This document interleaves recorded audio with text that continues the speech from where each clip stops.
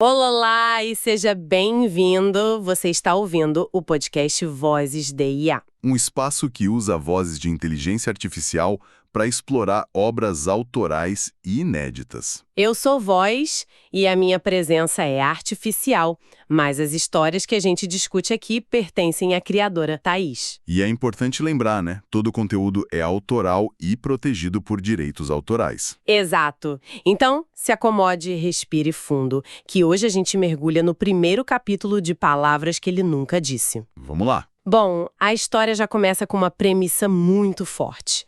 A narradora, Eleanor, nos apresenta a figura de Silas Blackwoods. E ele não é um personagem tipo 100% fictício, ele existiu. É uma figura histórica, um assassino, mas Com a história cheia de buracos, né? É o que ela diz. Ele vivia em arquivos, documentários, de madrugada. Exato. Uma figura terrivelmente incompleta, como ela descreve. E o trabalho dela não é inventar, mas preencher. Essa ideia de preencher os vazios é o centro de tudo, né? Ela mesma admite que é uma transgressão. Totalmente. A frase que ela usa é muito poderosa. Eu coloquei palavras na boca de um homem morto.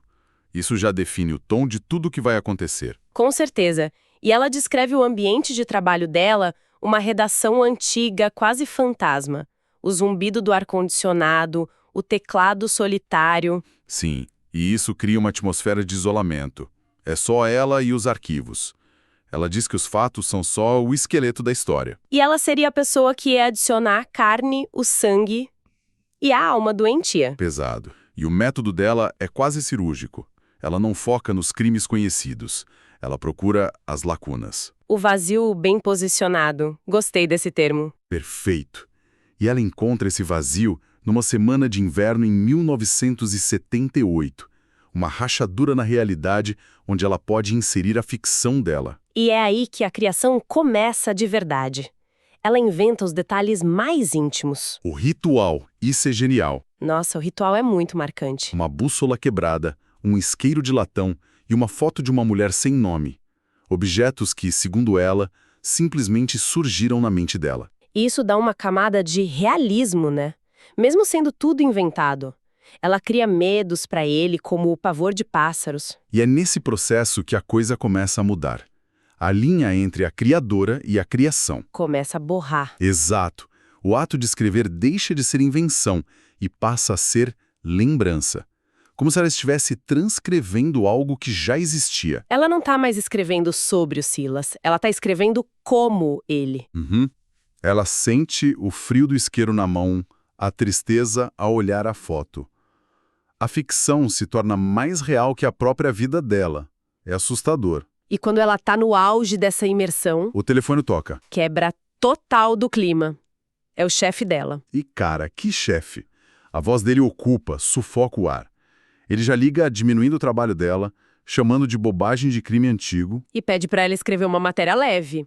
Uma receita de torta, porque as mulheres amam esse tipo de coisa. O machismo escancarado. E para completar, Traz um café pra mim. Forte, sem açúcar. E desliga na cara dela. na real, esse telefonema é o que joga ela de volta para a realidade. E a realidade dela é bem medíocre, né? Sim, ela percebe que não é uma cronista do abismo humano. Ela é a garota que escreve sobre tortas e busca o café. E enquanto ela tá lá, na copa, esperando a máquina de café, a mente dela não vai para a raiva comum. Ela volta pro Silas. Pergunta que surge é, o que ele faria aqui? E a resposta vem, completa, detalhada. Nossa, essa parte é muito sombria. Ela imagina a morte do chefe. E não é uma morte rápida, é lenta, inconveniente, dolorosa. Ela descreve tudo, os tremores, o suor, a voz que não sai, E o pior não é nem a fantasia em si, é o que ela sente. o prazer, a calma, satisfação. Ela percebe que está sorrindo. O sorriso era de Silas, mas o rosto era dela. Que imagem forte. É um momento em que ela percebe que a personagem que ela criou está começando a viver através dela, ou pelo menos os impulsos dele. Exato. Ela volta para a mesa tremendo e encara o trabalho de verdade dela. Corrigir textos mal escritos de homens que a subestimam. Homens que mandam ela buscar café. E aí vem a epifania. A carreira dela não está em risco. Já está morta. E se já está morta, ela não tem mais nada a perder. É uma lógica perigosa, mas que faz todo sentido no contexto. Totalmente. E com uma calma que ela diz que não pertence a ela. A calma do Silas, talvez. Provavelmente. Ela anexa o arquivo do artigo sobre ele, endereça para a edição geral, sem nenhuma explicação. O dedo paira sobre o botão enviar. A razão grita para parar, mas a voz de Silas sussurra que é a coisa certa a fazer. E ela clica. Um ato de rebelião total. Sim, um ponto final na antiga vida dela. Mas o que vem depois é o silêncio, a indiferença do mundo. Essa parte da espera é angustiante. Horas, dias e nada. Nenhuma bronca, nenhum e-mail. Ela acha que foi ignorada, que o grande ato dela foi um fracasso, um bocejo do universo. Até que não é. Na sexta-feira, ela encontra o artigo publicado. Mas tipo, escondido, enterrado na seção de variedades do site, sem destaque nenhum. A princípio, parece um fracasso mesmo, mas aí os comentários começam a aparecer. E as pessoas não estão criticando. Pelo contrário, estão concordando, validando a ficção dela. Comentários como, isso faz todo sentido, ou a história oficial nunca me convenceu. Eles acreditaram em tudo. É impressionante, a invenção dela preencheu um vazio não só na história, mas na imaginação coletiva. As pessoas queriam aquela versão. E então vem o comentário que muda tudo, de um perfil anônimo. Ele sempre foi pior do que deixaram registrado. Pior. Essa palavra ecoa na cabeça dela, porque, na real, foi ela quem inventou aquela maldade. E as pessoas não só acreditaram, como queriam mais. Estavam construindo em cima da fundação falsa que ela criou. A criação dela saiu do controle. Isso a leva a ter um pesadelo, né? Com páginas de livros sendo rasgadas por uma entidade. Sim, como se a própria história, ou o próprio Silas, estivesse ofendido por ela ter violado o silêncio dele. É uma imagem muito poderosa. E a ansiedade dela só aumenta. Ela sente que algo está vindo. E vem, na forma de um e-mail. Tarde da noite, sem remetente, sem assunto. Apenas uma frase. Uma frase que confirma o pior medo dela.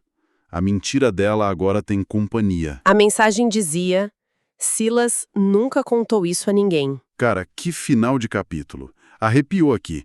Como assim ninguém? Quem é essa pessoa? Exatamente. Abre 1 milhão de possibilidades. Alguém sabe que ela inventou.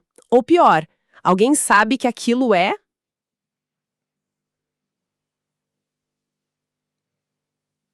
verdade. Fica a pergunta no ar. E que gancho para o próximo capítulo. Com certeza. Bom, você acabou de ouvir nossa análise sobre o primeiro capítulo de uma obra inédita aqui no podcast Vozes de A. Se essa história mexeu com você de alguma forma, curta, comente, compartilhe. E claro, se inscreva no canal para não perder os próximos capítulos dessa investigação. A gente se encontra na próxima. Obrigada pela escuta e até lá!